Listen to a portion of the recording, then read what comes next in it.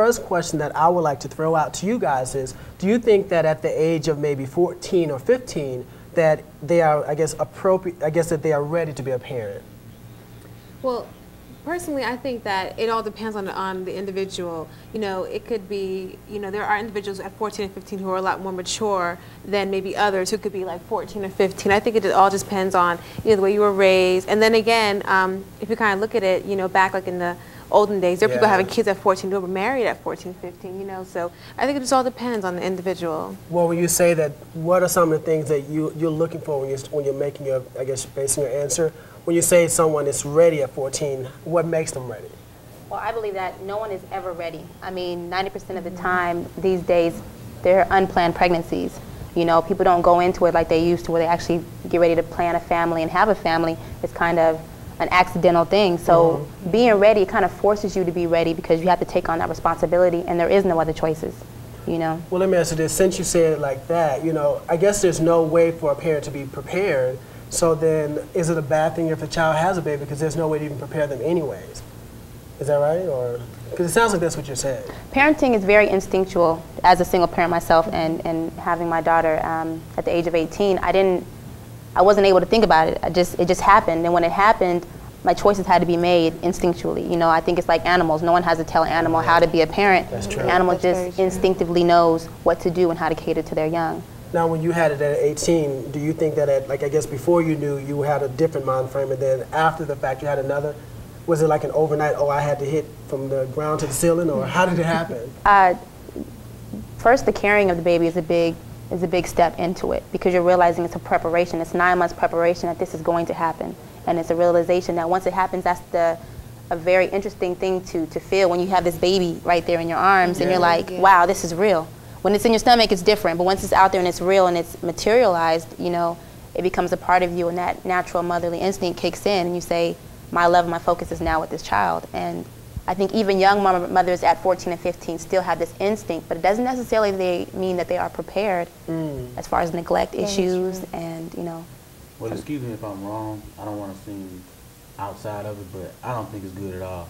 I don't think somebody who's 13, 14, 15, 16 should be able to have children, because I just don't agree with it. I think they're too young. I believe that they're not matured enough. They're not ready. They're still a child themselves. So well, if you honestly think about the average, I guess, guy, for example, the average guy, their mom and dad is like, yo, just don't bring no babies home. You figure it out later. You know what I'm saying? Right. That's typical. And so that's what I'm wondering. Do you think that maybe parents should kind of like, I guess when I'm asking this question, how should they address it to their children? Because a lot of parents don't know how. Well, first, the ignorance is that it's starting in high school. These kids are having sex in middle school. We can't just say wait till they get to high school, wait till they get to 16 and start sex education. I think sex education should be in 5th grade. And these girls and boys are learning a lot sooner with the media and television and all these other applications that allow them to see sex on TV at a young age. That's true. That they're becoming curious. And if parents wait till they're 16 to talk about it, you're way late. Well, let me ask you this question. You know, like you guys are talking about in the sex education, who's to decide what age is appropriate for your child to learn? Because, you know, some people may say, I don't want my child to even know anything about this till they're 10, but yet, you know, you're saying 5th grade, and then somebody says, oh, I don't want it to the high school. Who's to make that decision? That's definitely kind of like, there's kind of a fine line between that, because as you said, there are parents who say, my kid's not going to have sex till they're 18 and this, that, and the other. You know? They have no clue. And then you have some parents like, well, I think my child should learn in middle school. So I think definitely parents and the education system should try to come to some type of a median as to where they think, because it definitely should not be the government, because they're not raising your children, you are. And you should be the one to actually decide what your children should and shouldn't learn. So I think it should be both parents and educators to work together on that type of level. And the main thing is, parents do not talk to their children about sex and pregnancy and AIDS and all these things anymore. They don't talk about that stuff no more. You see what I'm saying? People used to eat dinner and eat lunch together and all that. They don't do that stuff no more. So since they don't talk about and address these issues, they find out in school from their friends instead of from their parents. Well, let me ask you guys this, and I'm just going to kind of throw a racial card here. Do you guys see a lot of white kids having babies at a young age? Because it sounds like from what you guys talking about, from my experience with it, we're talking about black people. Do you guys think that, do you guys see a lot of white early on mothers?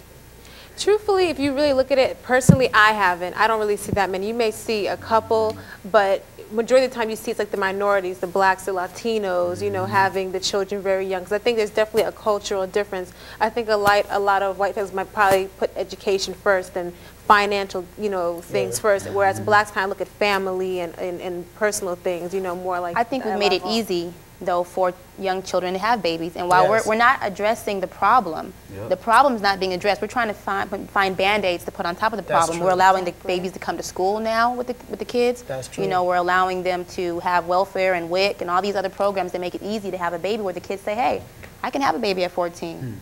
Instead of addressing what mentally is going on in this young woman's head to feel as though she needs a child at that age. Well, let me ask you this. Some people say that you want to, and we're going to have to do this fast, but some people say that, we should cast blame on someone, the mother, the daughter, the boyfriend. I don't want to say blame, but who should be held responsible for taking care of this? I would have to say it's the parents. But it's the parents. But if you look at most parents a lot of these kids have good homes, and they come from doctors and lawyers. I think that a lot of them have a lot of free time. Self-respect and self-esteem, that's not being taught. Self-respect and self-esteem in of yourself, because when you respect yourself, you'll make better decisions and better choices. But what about the ones that think that they're making a better decision because they say, okay, I love him. Their emotions are what's telling them, and they think truthfully they waited till they fell in love, and now they're pregnant. If they had self-respect and self-esteem, they would know their love would not be based on having a baby with this person. Well, see, that's not planned. Like if they're having sex with the guy, this woman, she loves him. She don't think anything else. Again, self-respect and self-esteem would say, do not have sex with this guy because you do not need to give yourself physically. But let's look at reality. That's what I'm saying. Reality is that self-respect and self-esteem are not being taught. The real self-confidence to say that giving myself up to somebody does not imitate love.